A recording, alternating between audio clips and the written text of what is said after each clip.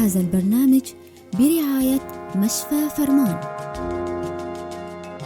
مشفى فرمان لكافة الاختصاصات: جراحية، تنظيرية، عظمية، نسائية، داخلية، أطفال. قامشلو، طريق الحسكة. يسعد مساكم متابعينا وين ما كنتوا عم تسمعونا، سواء عبر البث المباشر بوير عربي او عبر موجة الاف ام 103.5. انتوا هلا عم تسمعوا بوير اف ام. حلقة جديدة من برنامج صحتك بالدنيا، من اعداد وتقديم معي مات خلف. ضيف الحلقة الدكتور جوان حسن تمو، اخصائي بامراض جراحة اللثة وزرع الاسنان. نحن وانتو رح نرحب بالدكتور جوان. يسعد مساك دكتور. اهلا وسهلا، مساء النور. هلا استاذ عماد، نورت الاستديو بجيتك دكتور، ومبسوطين كتير بجيتك. تسلم، منورة باصحابها. الله يخليكم يا رب. دكتور طبعا رح نخبر مستمعينا اللي هلا عم يسمعنا وعم ينضم لنا عبر البث المباشر، لكن مين حدا عنده اي سؤال بخصوص امراض اللثة وزرع الاسنان وابتسامة الهوليود، في كتير امور رح نتطرق لها اليوم. للي حابب يسأل او عنده اي سؤال 429-101 هو رقمنا الارضي. عبر بثنا المباشر بوير عربي فيكن عبر كومنت تكتبوا السؤال، وان شاء الله رح نخصص الوقت الأخير من الحلقة للإجابة عن الأسئلة. أيضا عبر الواتساب للي برات البلد عنده أي سؤال 093-82-80-81-4. كتير ما نسمع دكتور بمجددا صار في عنا هالميزة اللي بوسط خلينا نقول جراحة الأسنان واللثة بالفينير أو اللومونير أو بما يسمى ابتسامة هوليود. يعني يا ريتك تعطينا هيك لمحة شوي صغيرة عنها. أستاذ عماد، هلا طب الأسنان اتخذ منحى جديد بالعلاجات. تمام. العلاج الأساسي هلا صار بطب الأسنان هو المحافظة على بنية السن. فطلع شيء اسمه طب الأسنان التجميلي. طب الأسنان التجميلي الهدف مثل قلنا أنه محافظة على بنية السن، والحفاظ على بنية السن بيتطلب مواد جديدة. هاي المواد الجديدة صارت بديل للمواد القديمة اللي كانت عبارة عن تلبيسات أو تتويج للأسنان. يعني نحن كتير عم نسمع أنه شخص سابقا الأعمار الكبيرة طبعا يعني ما كان في شيء اسمه علاج للسن، بيذهب للطبيب أو حتى للأطباء الشعبيين، الطب العربي فينا نقول، يعني بيقلع السن فورا بدون أي علاج، بعدين بيحط بدلة. هذا الشيء بلش عم يقل. صار في بديل شيء اسمه تيجان وجسور، يعني تلبيسات الأسنان بالعامية. هلا تلبيسات الأسنان لها تأثيرات جانبية. من هاي التأثيرات الجانبية أنه أنت بدك تبرد كذا سن لتعوض سن واحد أو لتعوض سنين. فصار في طب الأسنان عم يفكروا بشو عنا بديل تجميلي ومحافظة على بنية السن بنفس الوقت. هالبديل التجميلي هو ابتسامة هوليود أو الفينير واللومونير. الفينير واللومونير هن عبارة عن نفس المادة، هي عبارة عن طبقة رقيقة من البورسلان، نفس مادة السن، يعني نفس مادة البورسلان. هي عبارة عن فيك تقول مادة زجاجية يعني. هاي الطبقة بتغطي سطح السن ولكن بدون برد بكميات كبيرة. يعني الفينير هو برد من نص ملي إلى 2 ملي من سطح الميناء، السطح الخارجي طبعا، أو سطح الطاحن، يعني القسم المرئي للعين للشخص المقابل يعني. بهاي الحالة أنت بتبرد جزء من طبقة الميناء أو قسم كبير من طبقة الميناء مع جزء بسيط من طبقة العاج. بهالحالة أنت بتحافظ على البنية الأساسية للسن. هاي الطبقة بتجي لصق على سطح السن. طبعا اللومونير هو أفضل من الفينير. هلا نحن قلنا الفينير برد من نص ل2 ملي، بينما اللومونير هو برد فيك تقول بدون أي برد، فقط تنظيف لسطح السن، تخريج بسيط. طبعا في فروقات كبيرة بين النوعين من جميع النواحي الطبية. يعني الفرق هو أن متشابهات كبنية، ولكن الفروقات الأساسية بيناتهم الفينير السماكة بتكون أكبر من سماكة اللومونير. يعني الفينير ممكن تجي كمنك عم تبرد من نص ل2 ملي، فالتعويض رح يكون يعني سماكة العدسة بتكون من نص ل2 ملي. بينما اللومونير ما بتبرد ابدا من السن. السماكه بتجي اقل من نص ملي، هي عاده سماكه بتكون من 0.2 ل 0.3 ملي، وبالتالي هي سماكه كتير قليله. هلا اذا بدنا نتوسع اكثر من الناحيه التجميليه، الفينير بيعطي جماليه اكثر صراحه، ولو انه اللومونير اغلى واصعب ويحافظ على بنية السن أكتر، ولكن بسبب أنه كتير رقيق عم يجي، فأنت ما فيك تحصل على اللون البياض الناصع، ما فيك تحصل عليه لأنه بيجي شفاف، أكيد بيعطي شفافية. بينما السن الطبيعي رح يطلع تمام يعني رح يبين السن اللي تحته، لون السن اللي تحته. بينما الفينير كونك عم تبرد نص ل2 ملي، أنت ممكن تحصل على سماكة بتعطي لون الناصع البياض، اللي هو ابتسامة هوليود الممثلين عم نشوفهم بالتلفزيون. طبعا هو اجا الاسم ابتسامة هوليود كون بلش بهوليود هذا النظام يعني. العالم مفكرين انه تبييض، هذا ما انه تبييض، هذا يعني نوع من انواع التجميل. طبعا الفرق الاخر اللي بين الفينير واللومونير، اللومونير لازم الاسنان تكون صف واحد، يعني ما لازم يكون في عنا عيوب، لأنك ما عم تبرد من السن، فهي بتيجي بس لصق على سطح السن، فلازم الأسنان تكون مستوية، ما تكون فيها ميلانات أو كسور بالأسنان، ما لازم يكون في أي شيء من هذا الشيء نهائيا، خالي من العيوب، فقط لتغيير اللون. بينما الفينير ممكن السن يكون فيه شوية ميلان، ممكن يكون فيه شوية كسر، ممكن يكون سطح السن مغطى بحشوات عم تتماشى مع السن تماما. فهذا كونك عم تبرد ففيك انت تخفي العيوب الموجودة يعني. كمان من العيوب الأساسية هو التكلفة أستاذ عماد. يعني أنا التكلفة هون نحن ما فينا نحكي عنها لأنه التكلفة متفاوتة حسب المخبر يعني، بس التكلفة العالمية بالنسبة للفينير ببلش من $500 للسن الواحد، الفينير بيوصل $2000 للسن الواحد. بينما لللومونير بيبلش من $1000 للسن الواحد $4000 للسن الواحد. طبعا نحن هاي الأسعار ما أنا موجودة عندنا هون، عم تعرف أنت يعني هاي الأمور ما أنا موجودة. طبعا أنا عم بحكي لك عن المخابر الاحترافية البروفيشنال تماما. هاي المخابر بتعطيك ابتسامة يعني خيالية. المريض عنا عم بيشوف هاي الابتسامة على التلفزيون، مفكر أنه نحن هون فينا نعطي نفس هاي الابتسامة. هاي الابتسامة ما بتنعطى تماما، لأنه في فروقات بين أنه تشوف مخبر احترافي صح، طبيب محترف بالفينير واللومونير، وطبيب يعني أخصائي جراحة أو طبيب أسنان عام ما فينه يعطيك هاي الشغلة نهائيا، حتى لو أنه هو مشتغل فينير أو اللومونير. هاي يعني لمحة بسيطة عن موضوع الفينير واللومونير. ولكن أنا بس في نقطة بدي أركز عليها، ولو أنه هي تحافظ على بنية السن، ولكن بالنهاية بيضل السن الطبيعي لا يعوض أكيد. يعني موضوع المرضى مركزين على موضوع اللون والابتسامة التجميلية. يا أخي الابتسامة التجميلية الكل بيحب الجمال، ولكن في شيء له تأثير جانبي. هذا جسم صناعي بيدخل داخل الفم. الجسم الصناعي بده يعطيك ردود فعل إجباري، الجسم رح يعطي رد فعل. فممكن نحن يصير عنا التهابات لثوية، ممكن يصير عنا انكسار للعدسة. موضوع طبيعة الأكل رح تتغير عندك. أنت ما عاد فيك مثلا فرضا تاكل التفاحة بسنانك، ما عاد فيك تاكل، بدك تقطعها وتاكلها. فيعني أنت بدك تحط بهاي الأمور ببالك قبل ما تفكر بالناحية التجميلية. أكيد. يعني في كتير أمور.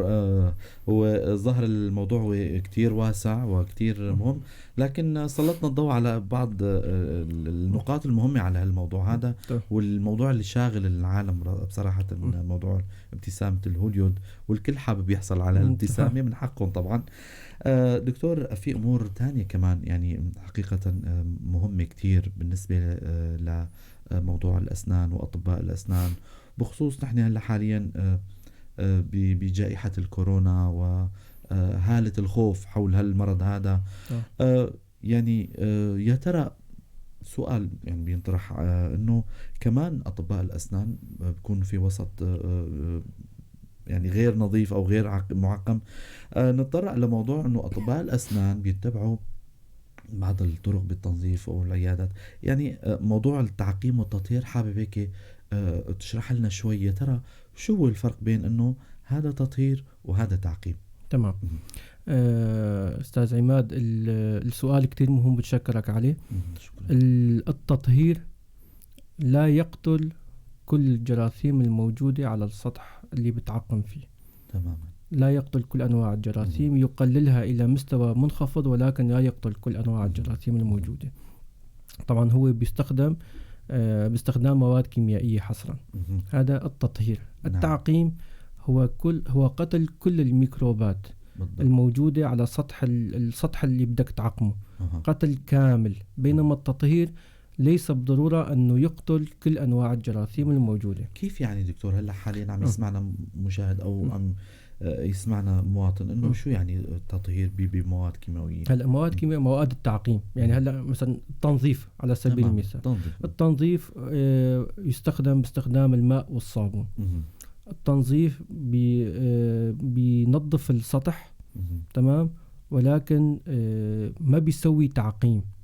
يعني بيبقى جراثيم على سطح اليد فرضا، ولكن هلا انت لما بتكون انت ماس شايل مثلا أداة ملوثة بكميات جرثومية شديدة، هاي ما بتسوي لك تعقيم. يعني الماء والصابون بتطهر اليد، بتنظف اليد، ولكن لا تعقم. أداة استعملناها داخل الفم، هاي الأداة في اجى عليها دم، تمام. انت لما بتيجي بتمسح الدم، بتنظف بالاسفنجة فرضا وبالصابون، وتجيب سائل تعقيم كيميائي، يعني الدهيد على سبيل المثال. عقمت السطح، طهرت السطح، هذا يسمى تطهير وتنظيف فقط. انت ازلت الجراثيم الموجودة على السطح، ولكن ليس بضرورة قتلها جميعا.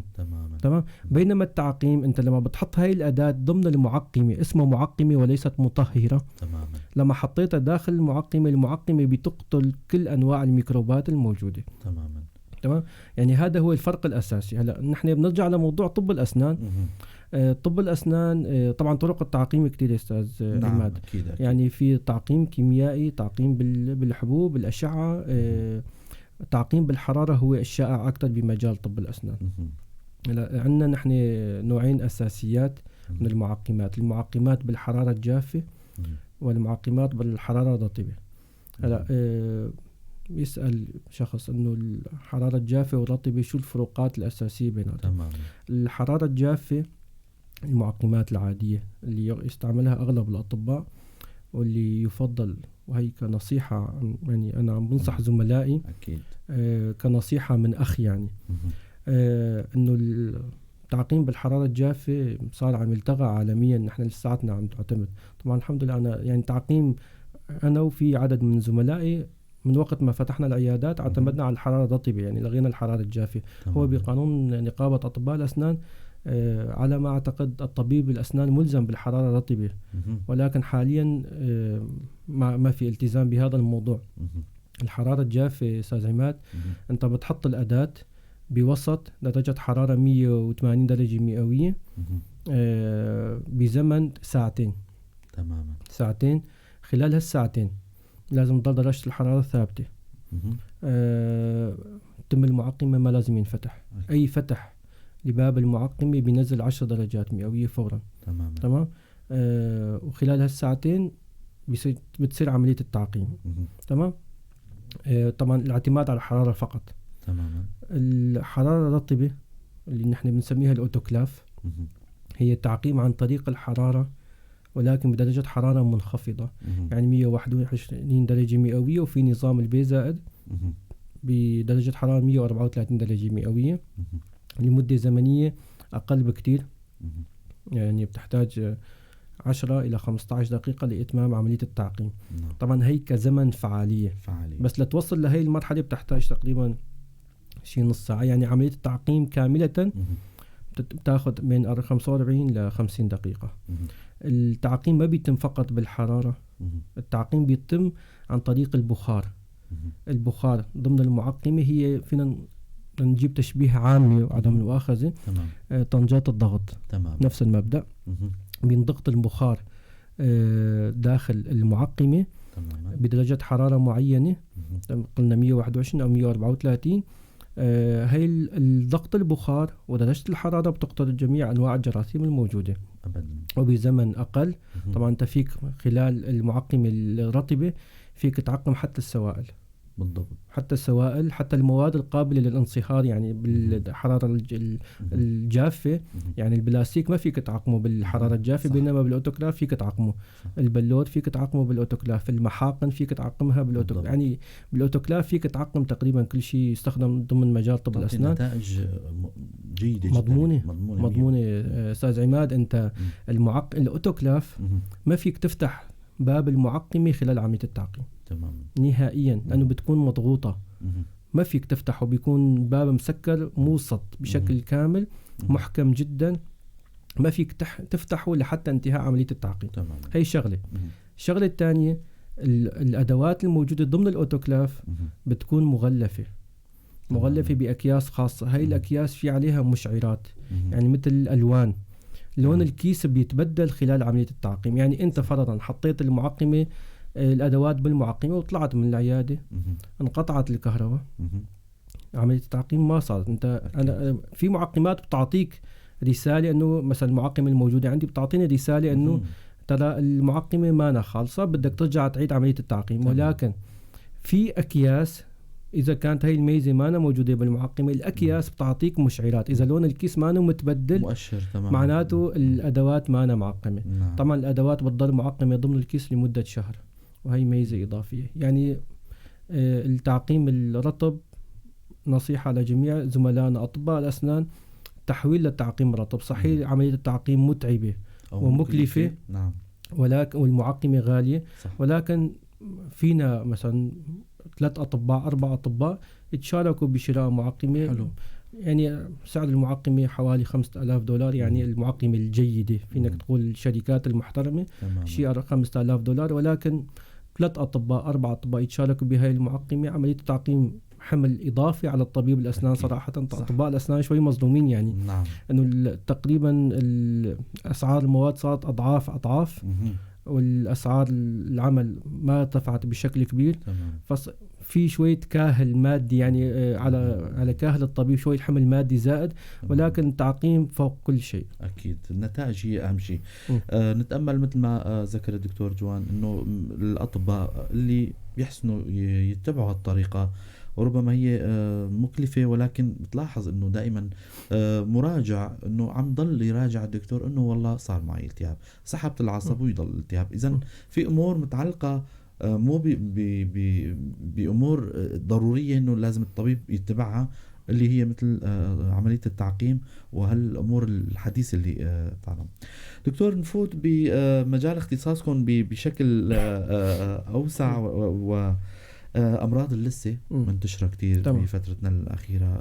يا ترى كيف عم تشخصوا أمراض اللثة حاليا، كونه أظن الطبيب الوحيد بالمنطقة مختص بمجال أمراض اللثة، لمحة عن هالمرض هذا بمنطقتنا؟ أستاذ عماد، طبعا في زملاء بالمدينة بالقامشلي والحسكة. أنا كطبيب أخصائي لثة، في زميل تاني جاي هلا بس ما بالقامشلي، بمدينة بعيدة شوي. أستاذ عماد، بالنسبة للموضوع الأمراض اللثة، العرض الرئيسي هو النزف اللثوي تماما. يعني أي شخص، طبعا للأسف أمراض اللثة بالمراحل الأولى والمتوسطة ما مؤلمة، فمعظم المرضى ما بيحسوا بالمرض اللثوي، أو فينا نقول نحن التهاب نسج داعمة للأسنان، لأنه التهاب اللثة هو مرحلة أولى من الالتهاب أكبر اللي هو التهاب نسج داعمة. ما بيحسوا إلا بالمراحل المتأخرة، أو إذا طبيب أسنان عام كان مريض من مرضاه وكشفوا بيصير تحويل لعندي يعني. تماما. النزف اللثوي قلنا بالمراحل الثانية ممكن يصير عندنا تضخم باللثة، ممكن يصير عندنا احمرار باللثة، ممكن بمراحل متقدمة يصير عندنا تراجع لثة، ممكن يصير عندنا حركة بالأسنان. هي كأعراض رئيسية لأمراض اللثة. هاي الأعراض الظاهرة. طبعا أحيانا على صور الأشعة بعلاجات العصب ممكن الطبيب يلاحظ هاي الأمور، بيلاحظها الطبيب صراحة ما بيلاحظها المريض. ممكن يلاحظ في امتصاص بالعظم حوالين السن، هذا كمان جزء من المرض اللثوي. فبهالحالة نحن فينا نبلش بالعلاجات اللثوية. دكتور، ذكرتوا هلا ضمن حديثكم انه موضوع التهاب النسج الداعمة. المستمع اللي هلا عم يسمعنا او اللي عم يشاهدنا، يا ترى شو هي النسج الداعمة. أستاذ عماد، اللثة جزء من النسج الداعمة للسن. هن عبارة عن 4 أنسجة تدعم السن: اللثة والعظم والرباط حوالين السن والميلاط. تمام. أي جزء من هاي الأنسجة صار فيها إصابة، معناته صار في عنا بلشت مرحلة التهاب نسج داعمة للأسنان. هلا فرضا طبيب عم يشتغل علاج عصب، صار عنده انثقاب بجذر السن، يعني انثقاب بمنطقة الميلاط، هذا يبلش في عند المريض شيء اسمه التهاب نسج داعمة للأسنان. صار في رد إطباقي على الأسنان، صار في عنا توسع للأربطة الأسنان، هذا اسمه التهاب نسج داعمة للأسنان. صار في عنا التهاب لثوي، واللي هو أكثر شيء دارج.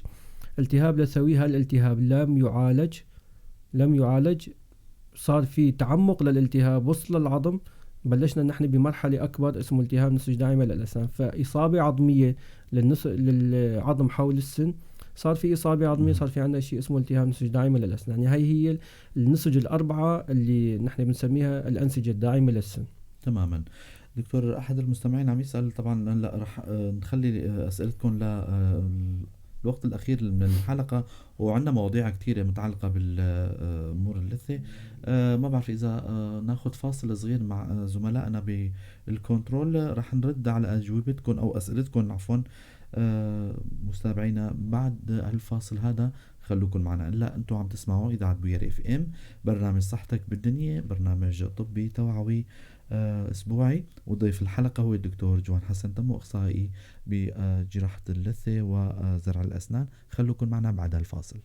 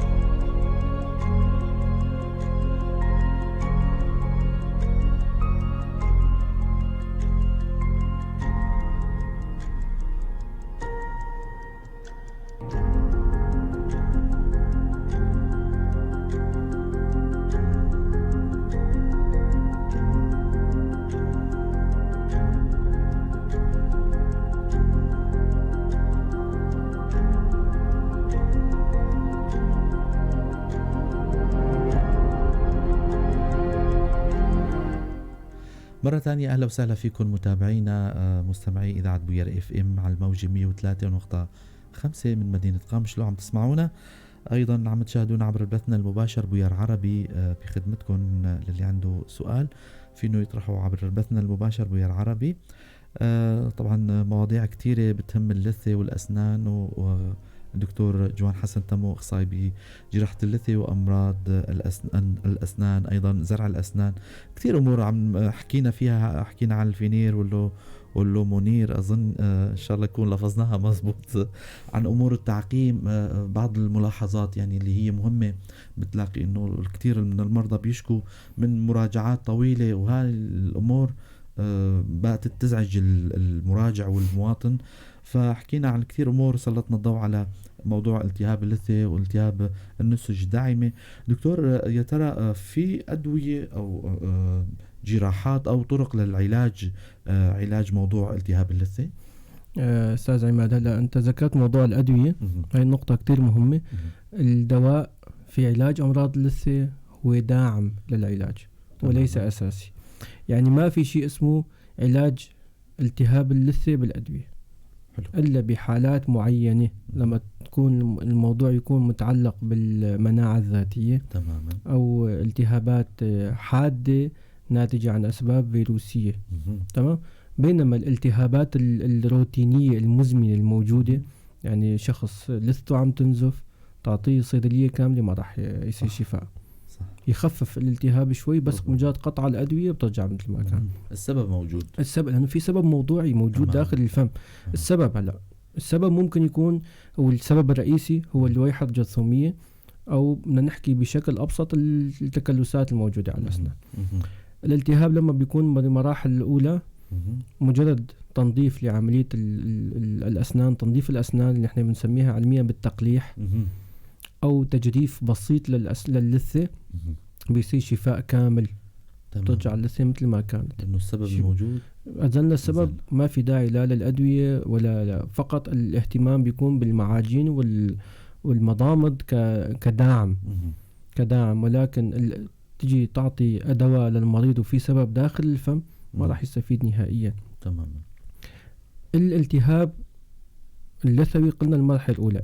إذا دخلنا بالمرحلة الثانية هي مرحلة التهاب نسج دائمي، صار في عنا شيء اسمه جيب لثوي اللي هو فراغ ما بين اللثة والسن. نتيجة امتصاص العظم، نتيجة الالتهاب بيصير مثل الجيب. هذا الجيب إذا كان عمقه يتراوح من 3 إلى 5 ملي يعالج بالتجريف العادي وليس الجراحي. عمق الجيب كان أكثر من 5 يعني 6 7 وفما فوق يعالج جراحيا. تماما. جراحة تجريف جراحي عمل روتيني بالنسبة لأخصائي اللثة. كيف طبيب الأسنان يوميا بيسوي علاجات عصب، تجريف اللثوي بالنسبة لطبيب أخصائي اللثة عمل روتيني ويومي. التجريف عملية يعني تجميلية بحتة بتكون. نرفع شريحة تنظيف وتجريف لكل النسج المتموتة للتكلسات، تغيير الوسط الجرثومي، ارجاع الشريحة مثل ما كانت، الخياطة تجميلية، ترجع اللثة شفاء كامل. تماما. بيصير في التصاق للثة على سطح السن بالضبط. على سطح العظم بشكل كامل. طبعا التحسن بيصير فيه تحسن لما نحن يكون عندنا عمق الجيب أقل من 3 ملي، هذا يعتبر طبيعي. 3 ملي يعتبر طبيعي. أكثر من 3 ملي يعتبر مرضي. تماما. هي بالنسبة للعلاجات الأساسية. بقى نحن أستاذ عماد في علاجات بمراحل أكبر، مثلا تسوي تطعيم عظم، تسوي شرائح لثوية، تطعيم لثة. هاي الأمور شوي تخصصية بحتة. صح. وواسعة جدا صراحة. يعني ما فينا نحن حلقات تمام يعني ما فينا نحن ب5 دقائق نشرح. صح. ولكن هي موجودة. المشكلة الأساسية بتطبيق العلاجات هي نحن عم نلاقي صعوبات. أنه فرضنا بالنسبة للطعوم العظمية هو غلاء المادة أستاذ عماد. يعني المريض نحن عندنا ما في إنه يسوي علاجات سنية إلا اضطراريا.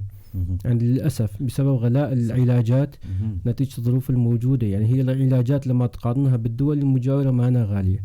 نرجع بنقول طبيب الأسنان مظلوم، ولكن بسوريا يعني بشكل عام مظلوم، ولكن بسبب الوضع المعيشي للسكان يعتبر غالي. تمام. بدك يجي مريض عنده تراجع لثوي، بدك تحله يعني مثلا تشرح له بدي احط طعم عظمي فرضا الغرام بيجي مثلا $150، بقول لك لا اقلع لي السن بلا ما ندخل بهاي القصص. يعني للاسف يعني نحن عم نحكي الواقع الموجود. صح. بس اذا بدنا نجي نحكي علميا لا، انا السن الطبيعي بالنسبه لي كاخصائي لثه لا يقدر بالمال، لا يقدر نهائيا. ولكن احيانا بتترك العلم على جنب وبتضطر بتفكر بالمريض كحالة خاصة. يعني لا يقارن مريض مع مريض نهائيا. كل مريض له تشخيص خاص فيه، له خطة علاج خاصة فيه.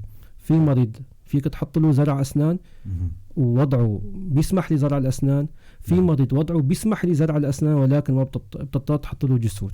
صح. فالوضع المريض كحالة خاصة هو مهم بعملية العلاج كمان. يعني أكيد. دكتور، المرأة الحامل أيضا تصاب أحيانا أو بعض الأحيان بالتهاب شديد. يا ترى هل هذا هو التهاب حقيقي أم لا؟ أستاذ عماد، هو التهاب موجود وحقيقي، ولكن المرأة الحامل إذا كان عندها التهاب قبل الحمل فحتما راح يصير التهاب خلال مرحلة الحمل حتما. بينما لما ما يكون في التهاب قبل الحمل فاحتمالية الإصابة بالالتهاب اللثوي خلال الحمل بتقل أكثر. طبعا السبب أنه هرمون البروجسترون، هالهرمون خلال فترة الحمل بيثبط أنزيم الكولاجيناز. نعم. هالأنزيم بيخلي الكولاجين يتراكم داخل الفم باللثة، يعني بيتراكم. هالتراكم اللي هو يعني مثل ألياف تتراكم فوق بعض، بيصير في عنا تضخم باللثة، بتوصل لمرحلة الورم الحملي، بتصير مثل الكتلة. أحيانا بتغطي سن وسنين وثلاثة، بتغطي كذا سن. طبعا هذا ما مخيف، هو ورم سليم يعني. عادة خلال 3 أشهر الأولى بيتشكل يعني 80% من الحوامل بيصير عندها التهاب لثوي يعني. علاجه سهل جدا. نحن خلال فترة الحمل بنسوي علاج تلطيفي، يعني تجديف بسيط للثة إذا ما في أي مشاكل عامة يعني صحية عامة خلال هاي الفترة. الأشهر المناسبة الشهر الرابع والخامس والسادس، هل 3 أشهر مناسبة جدا للعلاج. تجديف بسيط للثة، عملية تقليح، زيادة مستوى الاعتناء بالنسبة للحامل. بعد انتهاء الحمل بيتراجع الالتهاب بشكل عفوي، كون انه انزيم البروجسترون بيصير في نوع من التوازن فيه خلال بالجسم، بيتراجع الالتهاب. ولكن بحالة الورم الحملي الورم ما بيروح لحاله، بده عمل جراحي، والعمل الجراحي بسيط جدا، استئصال للكتلة الموجودة.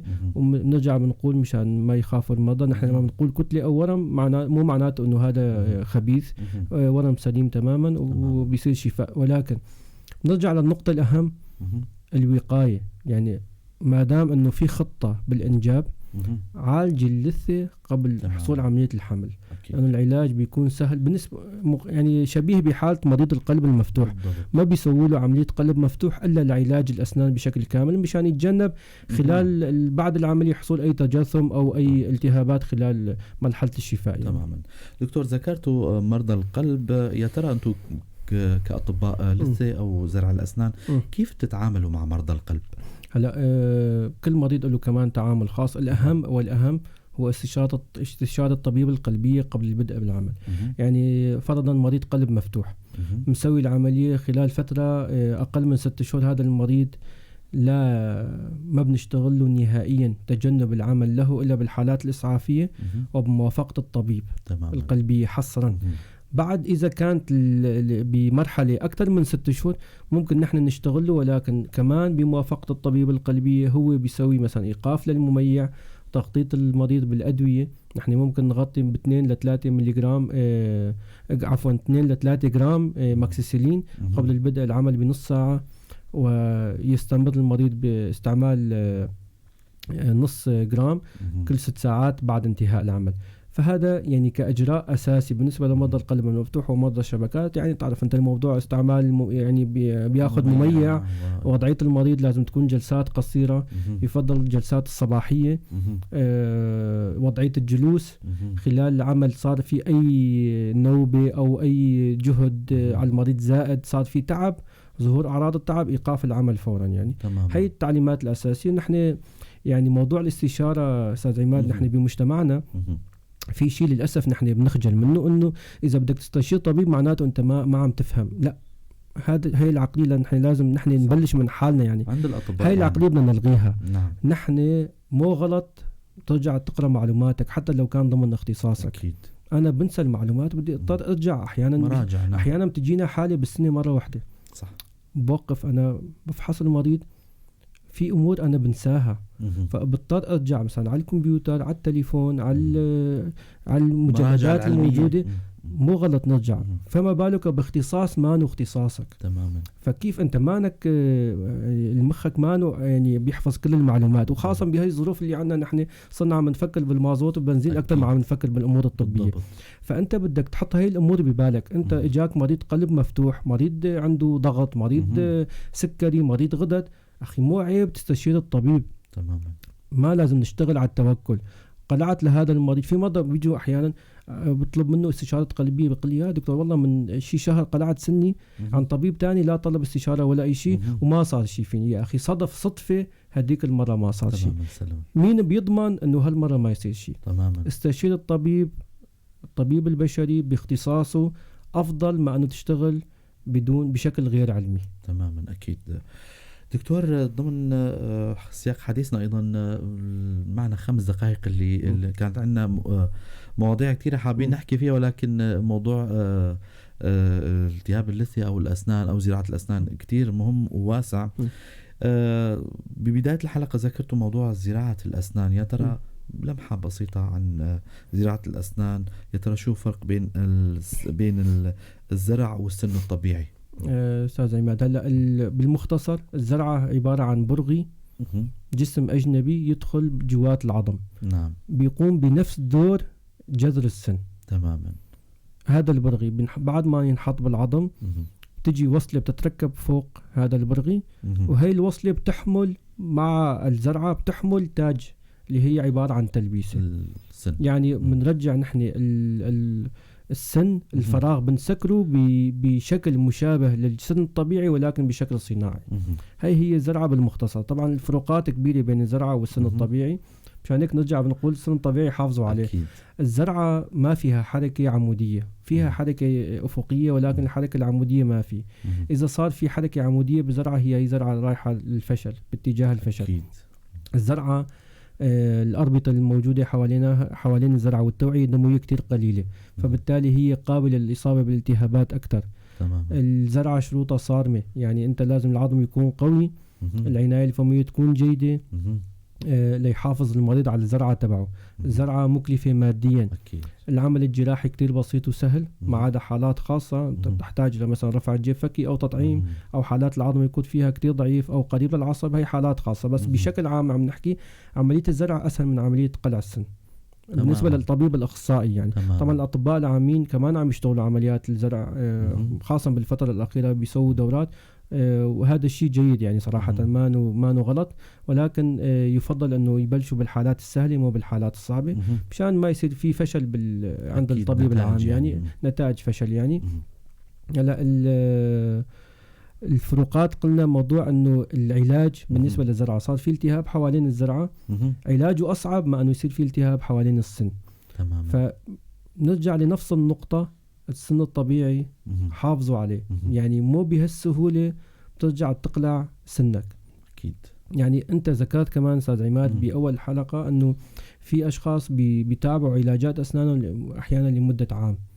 يا أخي في أجهزة حديثة هي بنوجهها للطبيب يعني صراحة. أكيد. في أجهزة مثلا في جهاز الروتري وجهاز تحديد الزروي لعلاج العصب. أخي هذا الجهاز بيسمح لك تعالج سحب العصب بجلسة واحدة.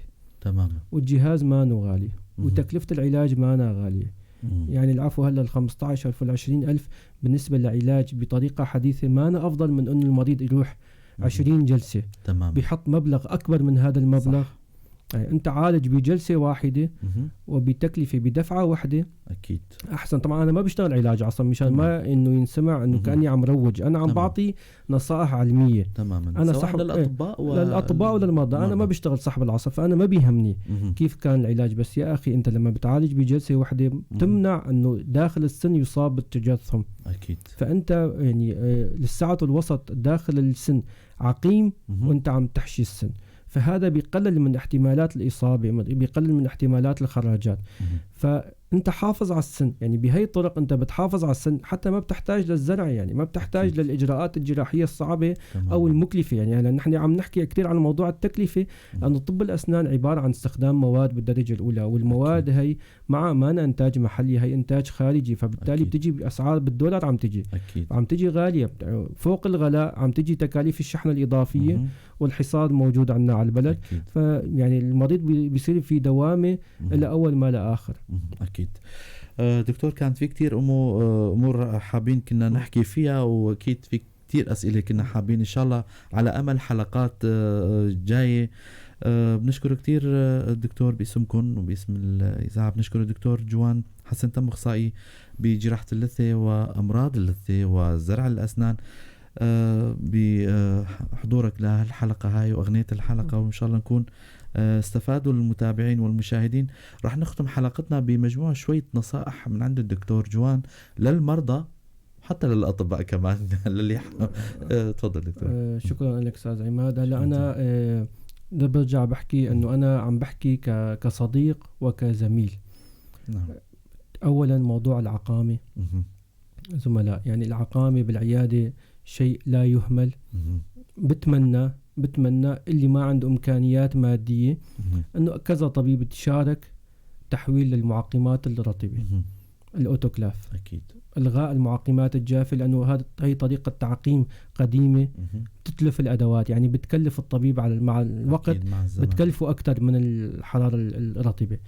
العمل وفق نظام المواعيد، يعني احترام المواعيد طبعا بالنسبة للمريض كمان شيء مهم، بالنسبة يعني بيساعد الطبيب بأنه بيعطي الوقت الكافي للمريض. أكيد.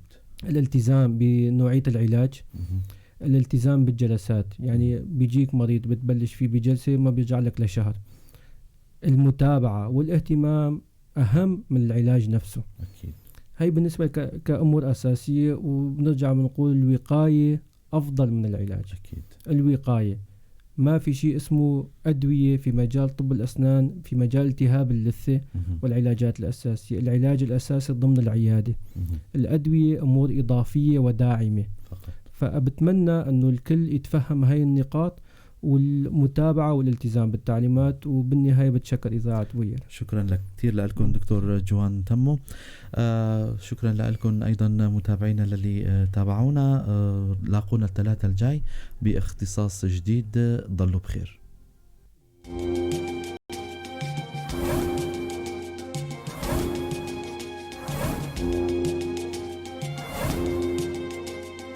هذا البرنامج برعاية مشفى فرمان. مشفى فرمان لكافة الاختصاصات: جراحية، تنظيرية، عظمية، نسائية، داخلية، أطفال. قامشلو، طريق الحسكة.